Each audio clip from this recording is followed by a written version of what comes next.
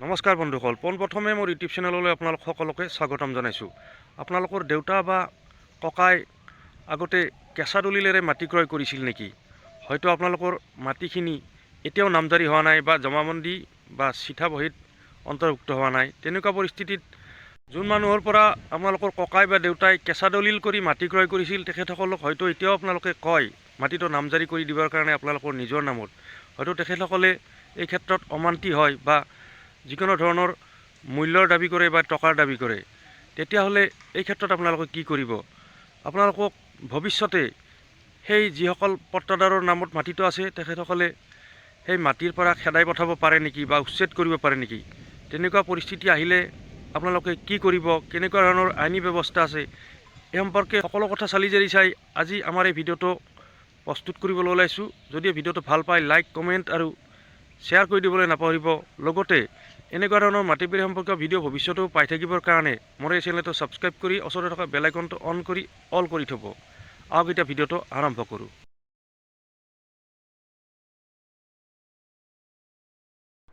এই পইণ্টকেইটা মন কৰিব। যদিও মাটি মৌখিক বা কেঁচা চুক্তিত মানে কেঁচা দলিল কৰি ক্ৰয় কৰা হৈছিল, বহু বছৰ ধৰি আপুনি সেই মাটিত ভোগ দখল কৰি আছে, মানে 12 বছৰতকৈ বেছি যদি আপুনি সেই মাটিখিনিত ঘৰ সাজি বা খেতি কৰি আছে, তেন্তে আইন আপোনাৰ লগত থাকিব। 2 নম্বৰ পইণ্ট, যদিহে আপুনি সেই মাটিডোখৰৰ নিয়মিতভাৱে খাজানা দি আছে, তেতিয়াহ'লে আদালতত সেই খাজানা দিয়াৰ ৰচিদবোৰেই হ'ব আটাইতকৈ ডাঙৰ প্ৰমাণ। 3 নম্বৰ পইণ্ট, বিক্ৰেতা বা তেওঁৰ উত্তৰাধিকাৰীয়ে যদি পঞ্জীয়নৰ সহযোগ নকৰে, মানে আপোনাক মাটিখিনি ৰেজিষ্ট্ৰেশ্যন কৰি দিয়াৰ সহযোগিতা নকৰে বা মাটিটো আনক বিক্ৰী কৰিবলৈ চেষ্টা কৰে, তেন্তে আপুনি আদালতত চিভিল ছুট ফাইল কৰিব পাৰে। মানে অৰিজিনেল পট্টাদাৰসকলে বা তেখেতসকলৰ উত্তৰাধিকাৰীয়ে যদি আপোনাক মাটিটো কেঁচা দলিল থকাৰ পিছতো নামজাৰি কৰি দিবলৈ বা ৰেজিষ্ট্ৰেশ্যন কৰি দিবলৈ অমান্তি হয় বা সেই মাটিডোখৰ আনক বিক্ৰী কৰিবলৈ যো-জা চলায় বা বিক্ৰী কৰে, তেতিয়াহ'লে তেখেতসকলৰ ওপৰত চিভিল কোৰ্টত আপুনি কেছ ফাইল কৰিব পাৰিব।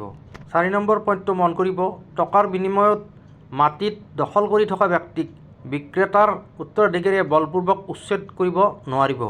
যদি আপোনাৰ হাতত টকা দি মাটিটো কিনাৰ যথোপযুক্ত প্ৰমাণ থাকে, কেঁচা দলিল হওক বা অন্য কিবা হওক, তেতিয়াহ'লে সেই ব্যক্তিৰ উত্তৰাধিকাৰী আপোনাক উচ্ছেদ কৰিব নোৱাৰিব বলপূৰ্বকভাৱে।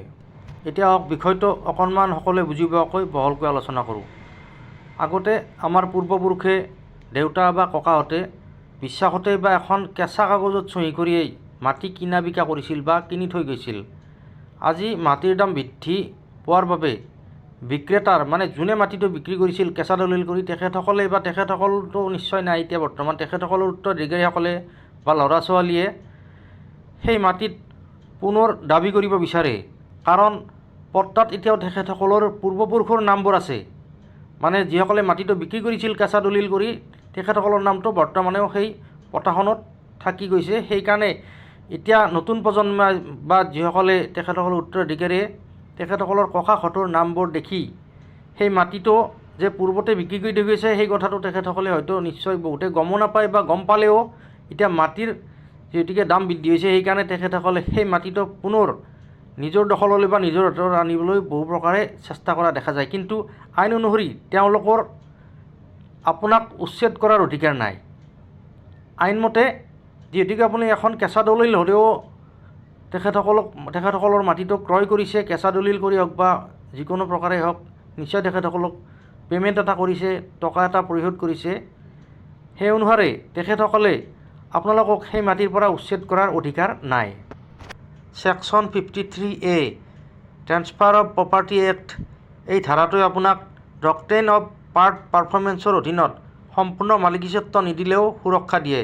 যিহেতু আপুনি টকা দিছে আৰু মাটিত দখল কৰি আছে, বিক্ৰেতাই বা তেওঁৰ সন্তানে আপোনাক বলপূৰ্বক উচ্ছেদ কৰিব নোৱাৰে। উচ্চতম ন্যায়ালয় সোমনাথ বৰ্মন ভাৰ্চেছ SP ৰাজু আদি বহু ৰায়ত স্পষ্ট কৰিছে যে যাৰ হাতত দীঘলীয়া সময় ধৰি দখল বা লং পজিশ্যন থাকে, তেওঁক আইনী প্ৰক্ৰিয়া অবিহনে উচ্ছেদ কৰিব নোৱাৰিব। মানে কেছত জিকিলেহে তেখেতক মানে উচ্ছেদ কৰিব পাৰিব, নহ'লে এনেই উচ্ছেদ কৰিব নোৱাৰিব। এতিয়া আমি জানো টাইটেল ছুট মানে কি? What is title suit? যেতিয়া কোনো ব্যক্তিৰ ভূমিৰ মালিকীস্বত্বক লৈ বিবাদ হয়, তেতিয়া আদালতত যি গোচৰ তৰা হয় তাক টাইটেল ছুট বুলি কোৱা হয়। ইয়াৰ জৰিয়তে আদালতে ঘোষণা কৰে যে মাটিটো প্ৰকৃততে মালিক কোন। টাইটেল শ্বুট কৰাৰ কাৰণে প্ৰয়োজনীয় নথিপত্ৰসমূহ এনেকুৱা ধৰণৰ, সেই সময়ৰ কেঁচা চুক্তি বা যিকোনো লিখিত প্ৰমাণ, মানে যি সময়ত আপুনি মাটিটো ক্ৰয় কৰিছিল কেঁচা দলিলেদি ক্ৰয় কৰাৰ সময়ৰ যিকোনো ধৰণৰ নথি, কেঁচা প্ৰমাণ বা যিকোনো ধৰণৰ কাগজ আপোনাৰ লাগিব। আপুনি যে কিবা এটা বিনিময়ত মাটিটো ক্ৰয় কৰিছিল সেই লিখিত কেঁচা কাগজ বা কেঁচা দলিল লাগিব। আৰু লগতে লাগিব বছৰ বছৰ ধৰি দি থকা চৰকাৰী খাজানা ৰচিদ। যেতিয়াৰ পৰা আপুনি মাটিটো ক্ৰয় কৰিছিল সেই সময়ৰ পৰা দি থকা খাজানা ৰচিদসমূহ লাগিব। আৰু তাৰ লগতে লাগিব পুৰণা বিদ্যুতৰ বিল বা পানীৰ বিল, মানে সেই নিৰ্দিষ্ট মাটিডোখৰত যে আপুনি ঘৰ বান্ধি বসতি কৰি আছে তাৰ এটা প্ৰমাণ দিব লাগিব। এই তথ্যখিনি বা এই ভিডিঅ'টো অকল সেইসকল লোকৰ বাবে যিসকল লোকে ব্যক্তিগত পট্টাৰ মাটি বা ম্যাদী পট্টাৰ মাটি টকাৰ বিনিময়ত ক্ৰয় কৰিছিল। এই ভিডিঅ'টো চৰকাৰী বা বন বিভাগৰ মাটি দখল কৰি থকা লোকসকলৰ বাবে নহয়। আজিৰ ভিডিঅ'টো ইমানতে অন্ত পৰিল। পুনৰ লগ পাম নতুন এটা বিষয় লৈ, নতুন এটা ভিডিঅ'ৰ সৈতে। ধন্যবাদ। জয় আই অসম।